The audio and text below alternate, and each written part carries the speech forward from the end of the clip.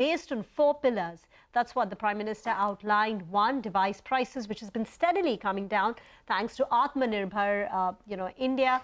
There are far more manufacturing plants today than there were, say, 10 years ago. Digital connectivity, data price. India continues to remain to have the most affordable data price at digital-first thinking.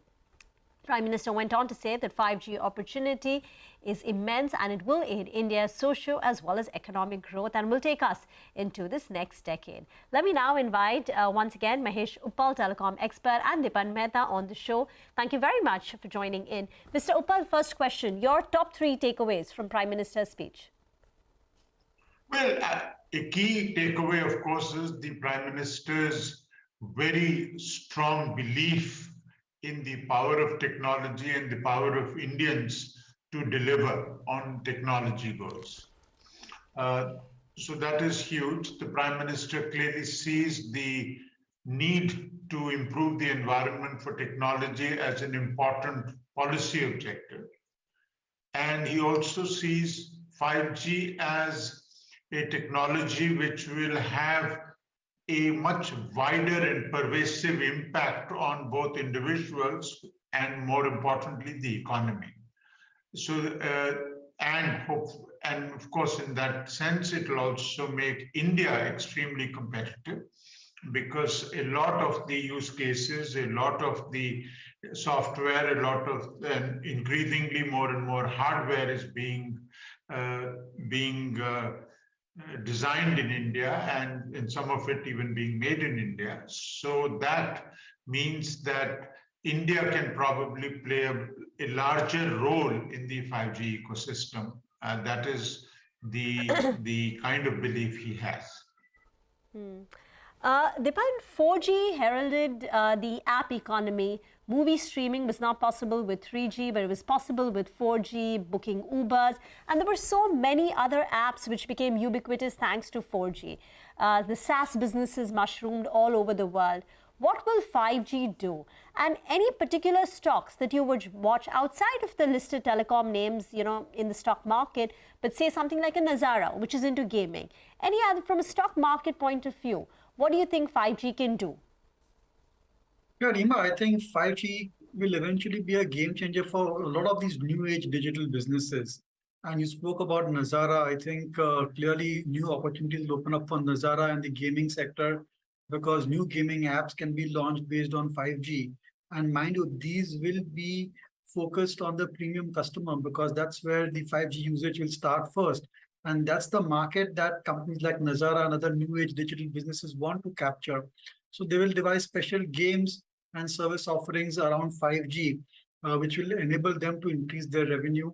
Then there are other companies like Nykaa, which will use it extensively for marketing and displaying of their products and how to use it, and for better customer communication as well as feedback. Who knows, I think even companies like Zomato may use 5G to show you how your food is being prepared, or have a chat with the chef when it is happening. So the kind of uses of 5G are unimaginable. And I think a lot of companies will eventually graduate to using a lot of 5G related technologies within their service offerings and move up the value chain, and that will become a key technological differentiator also for these companies. Now, this is not going to happen in the next 1 or 2 or 3 quarters, but this is the process. It's a journey. I think 1 or 2 years down the line, you may see that these new age digital businesses, which anyway are absorbing technology at a faster pace, will look at this new opportunity in very positive and aggressive manner, and look at increasing their customer base and servicing their clients better. So it's going to open up a lot of opportunities. There's Apollo Hospital also with their Apollo Health Co, the subsidiary company, which is in telemedicine. And I'm sure they got plans to use 5G extensively to increase and improve their offerings, and perhaps build many more applications around it. So we do not know exactly how each company will look at 5G, but there's no denying the fact that this is opening up a new era of improved services by many, many businesses.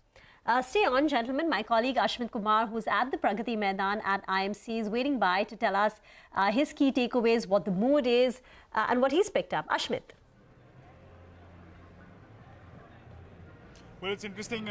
We had the Prime Minister speak to the audience here just a short while back.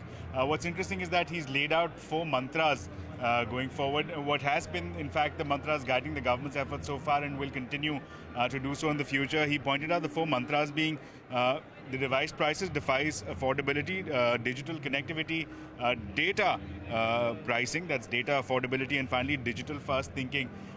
He essentially has said that these are various aspects which have in the past, the efforts that were made have yielded results. So he made references to the low pricing of data. He spoke about affordability of various devices, and he spoke about these challenges that were in fact facing the telecom sector and how they've been largely addressed. And in fact, this is something that was echoed even by the telecom minister, who said that there is a turnaround being seen in the telecom space. It's being seen as a sunrise space. The big question, of course, now remains is that the spectrum that was picked up very recently, 1.5 lakh crore rupees, those were the revenue expected receipts for the government.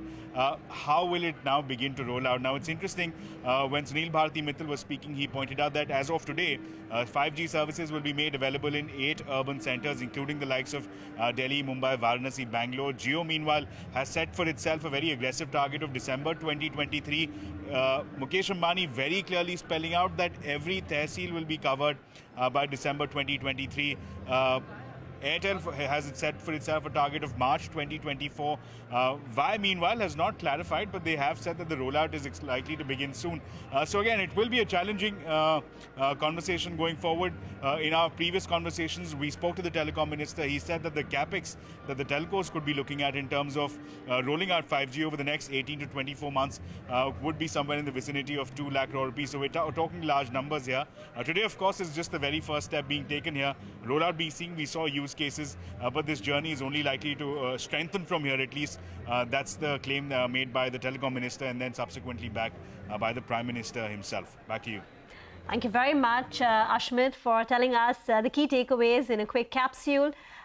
Mr. Uppal, one of the questions that everyone on the street is watching: will 5G services command a premium? Can there be an increase in ARPUs the telecom operators can get, say, in the next 12 months? Because in 12 months, we will have a fairly aggressive, a fairly good presence of 5G across India. What is your opinion, and what does global experience tell us? Well, my own feeling is that yes, there will be a premium for 5G services for a couple of reasons. One, as you kind of implied, globally also 5G begins as a premium service. Second, of course, the use cases as far as the average person is concerned are still very, very limited. So you and I will not be able to make a big, we will not be able to use 5G in a dramatically different way, even though our enterprises and industry would be.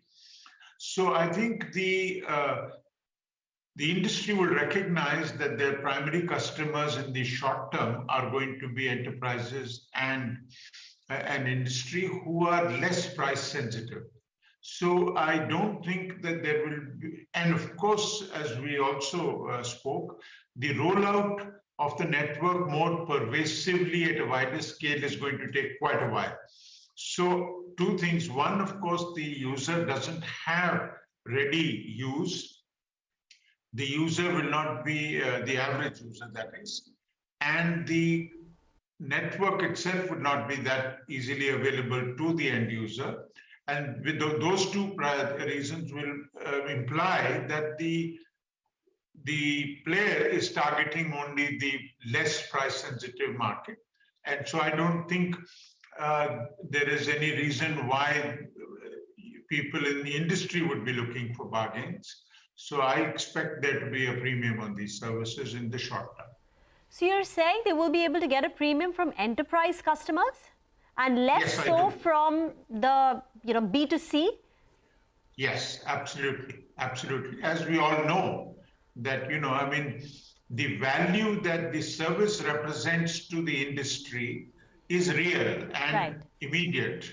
The value that it represents to individual customers is a little bit less clear for the time being, other than, let's say, faster downloads on for videos, etc. There is not that much that you and I will be able to do in the short term. And also remember that the number of people with 5G handsets is limited and so on and so forth. So there are a lot of challenges when it comes to B2C. But B2B, I think, poses less challenges and poses less challenge in terms of pricing. I think the players will have much more flexibility in pricing, which is what they would want, because this is also the stage when they're investing so much. One follow-up question on B2B. While there are a lot of demos taking place, countless 5G pilots taking place on, enterprise use cases of 5G, like autonomous cars or remote healthcare, remote surgeries, etc., it's still not deployed at a very large scale globally, despite globally 5G being present for the last 3 years or so. So in that context, do you think telecom operators will be able to monetize the enterprise side immediately? Can they, as soon as they start giving them 5G services, do you think they will be able to command a higher pricing? Or it's going to take some time till the use cases actually reach a mass deployment level? No, I do believe that 5G monetization can begin sooner. And also remember, 5G rollout itself can be localized. 5G rollout doesn't have to be at the scale that 2G, 3G, and 4G needed to be. So you will be able to localize your services, whether it is to a campus, let's say a car manufacturing unit, or a steel company, or a port, or a shipping port, or whatever, and so on and so forth. So there are large industries for which 5G can be deployed relatively easily once the spectrum is available, and also monetized. So yes, I mean, if you compare it to the overall 5G investment that's going to take place over the years, it's different. But I think players will be very conscious about deploying their technology in places where they can get a relatively short-term monetization. On your screen are visuals of Mukesh Ambani and Mr. Nahata, who's the head of HFCL. I think they're now present at maybe the HFCL booth. Okay, they are present at the HFCL booth. So those are visuals of Mukesh Ambani as well as Mr. Nahata over there. Mr. Uppal, just one question then on this enterprise opportunity. You're saying it can be localized. It will be present, say, in a manufacturing plant where, say, an automaker or any manufacturing company wants to deploy Industry 4.0, and therefore, in that context, they will be able to monetize 5G offerings very soon from the enterprises. Will CNPN license, the captive non-public network license, come in the way of telecom operators monetizing? Do you expect a large, a great number of enterprises opting for the CNPN license? No, I don't expect. I expect all of them, or even a majority of them, opting for CNPN. Okay. For the simple reason that it does require specialized expertise. But if you are a technology company, particularly in the IT or cloud space, clearly you can do many things that the telcos can do. So for them, this CNPN opportunity is significant. But I don't see non-telecom players taking a very big chunk of the CNPN market. Okay, so do you have any estimates, sir, of how large the 5G opportunity can be for the Indian telecom players? No, I think any such estimate would be very speculative in the short term. So no, I don't really have. Yeah, okay. I would not like to venture anything in public now. Dipan, let's talk about B2C and what the B2B opportunity is for the telecom players. Bharti Airtel, Vodafone Idea, or Reliance Jio. Do you have any estimates? Is the street going to start increasing the revenue share from B2B, price in higher revenues immediately, or will they wait for actually seeing some more, concrete examples or deals being signed or some quarterly numbers